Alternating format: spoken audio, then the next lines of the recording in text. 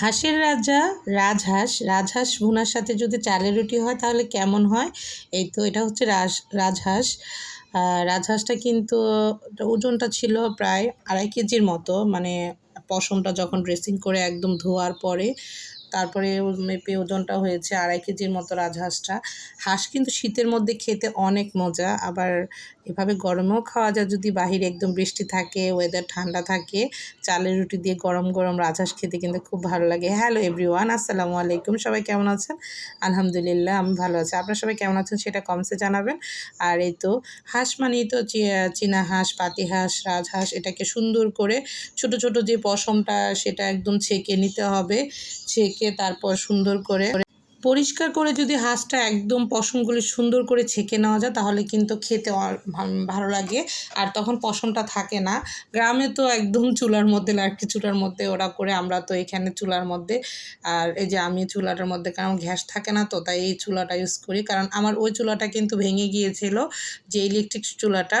এভাবে আর হাঁসটা সুন্দর করে ধুয়ে তারপর একদম পরিষ্কার করে নিয়ে তারপর আমি হাঁসের ছোট ছোট করে টুকরা করে সব কিছু এখানে পুরো একটা হাঁস, আর এখানে লবণটা দেওয়া হয়েছে প্রায় 3 চামচের মতো, একটা বড় হাঁস 2.5 কেজি ওজনের। আর হলুদও 3 চামচের মতো, আবার লবণ আপনাদের স্বাদ মতো পরিমাণ মতো দিতে পারেন। একদম ঘরোয়া স্টাইলে কিন্তু আমি আপনাদেরকে রেসিপি দেওয়ার চেষ্টা করি, যাদের ভালো লাগে তারা দেখবেন, আর যাদের ভালো লাগে না তারা দেখবেন না। আর আমি দেই, যারা আমাকে পছন্দ করেন তারা আমার রেসিপি দেখবেন, যারা করেন না তারা দেখবেন না, তাতে আমার কোনো সমস্যা নাই। আর এখানে যে ধনে গুঁড়া, জিরা গুঁড়া 3 চামচ করে, কারণ হচ্ছে 2.5 কেজি ওজনের এই রাজহাঁসটা। আর এই যে কাশ্মীরি যে মরিচের গুঁড়া, সেটা কিন্তু অনেক ঝাল এবং খুব স্পাইসি হয়, এটাও 3 চামচের মতো, কারণ হাঁস রান্না কিন্তু মানে ঝালটা একটু স্পাইসি হতে হয়, মশলা হতে হয়, একটু ঝাল ঝাল হতে হয়, তাহলে খেতে অনেক মজা লাগে।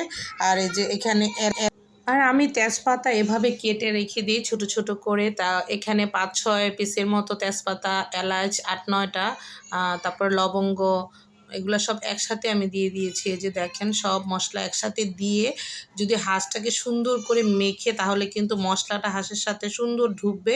আর সব কিছু, আর আদা, রসুন, পেঁয়াজ, এটা অনেকে ব্লেন্ডার করেন অথবা বাটা, বাটা দিয়েও মজা হবে, ব্লেন্ডার দিয়েও হবে। আর এখানে যে পেঁয়াজ, কারণ আমার এটা ব্লেন্ডার করা ছিল তাই একটু পানি পানি, এখানে 4-5 চামচের মতো পেঁয়াজ। আমি কিন্তু পেঁয়াজের বাটাটাও মানে ব্লেন্ডার করাটাও দিচ্ছি এবং পানিটা সহ, কারণ একদম রসালোটা একদম গ্রেভি গ্রেভি হবে, সেজন্য মশলাটাই কিন্তু মেন। আদা, রসুন, পেঁয়াজ, এখানে আমি পেঁয়াজগুলি দিচ্ছি, আর এখানে যে রসুন, রসুন আদা মানে 4 চামচ করে, কারণ হচ্ছে আমি বলতেছি হাঁসটা কিন্তু একটু বড়, 2.5 কেজি ওজনের হাঁস, এজন্য মশলাটাও কিন্তু সেই পরিমাণ অনুযায়ী দিতে হবে। যে আদাও 3 চামচের মতো।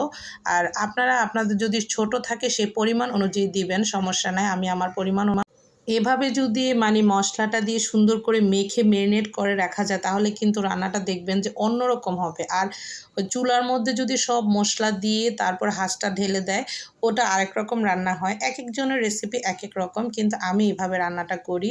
এভাবে রান্নাটা করলে অনেক টেস্ট হয়, সেটা আপনারা ট্রাই করতে পারেন। যে হ্যাঁ, এভাবে রান্না করলে আসলেই মাংসটার ভিতরে যে প্রত্যেকটা যে মাখার মধ্যে যে হাত মাখানো যে জিনিসটা, হাত মাখানোর মধ্যে যে মশলাটা ঢুকে সেটা এত মজা হয়। আর একটু জাস্ট 20 মিনিটের মতো মেরিনেট করে রাখলে আরও মজা হবে। আর এভাবে যদি আপনি তেলের মধ্যে সেভাবে ছাড়েন, ওইটা হয় না। আর এই যে রেগুলার যে আমাদের রান্নার তেলটা, সয়াবিন তেলটা, সেটা আমি একটা বড় সসপ্যানের মধ্যে দিয়েছি।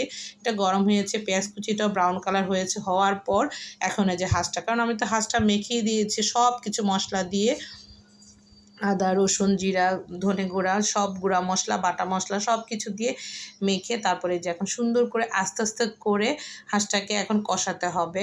যত আপনি হাঁসটাকে কষাবেন অতই রান্নাটা মজা হবে। এখানে কিন্তু এক্সট্রা কোনো পানি এখন আমি ইউজ করব না, কারণ হচ্ছে কি হাঁসটা এটা থেকে একটা মানে রস বের হবে, বা তখনই এটা যে আস্তে আস্তে করে রসটা বের হবে আর কষানোটা হবে। দেখেন একদে কি সুন্দর একটা যে কালার আসতেছে, সেটা আপনারা কমেন্টসে জানাবেন। এই যে এখানে কিন্তু একটা পুরা হাঁস। আপনারা যারা শুরু থেকে প্রথম থেকে আমার ভিডিওটা দেখতেছেন, লাস্ট পর্যন্ত দেখবেন, আপনাদেরকে অসংখ্য ধন্যবাদ। আপনারা আমাকে পছন্দ করেন বিধায় আপনারা আমার ভিডিও দেখেন।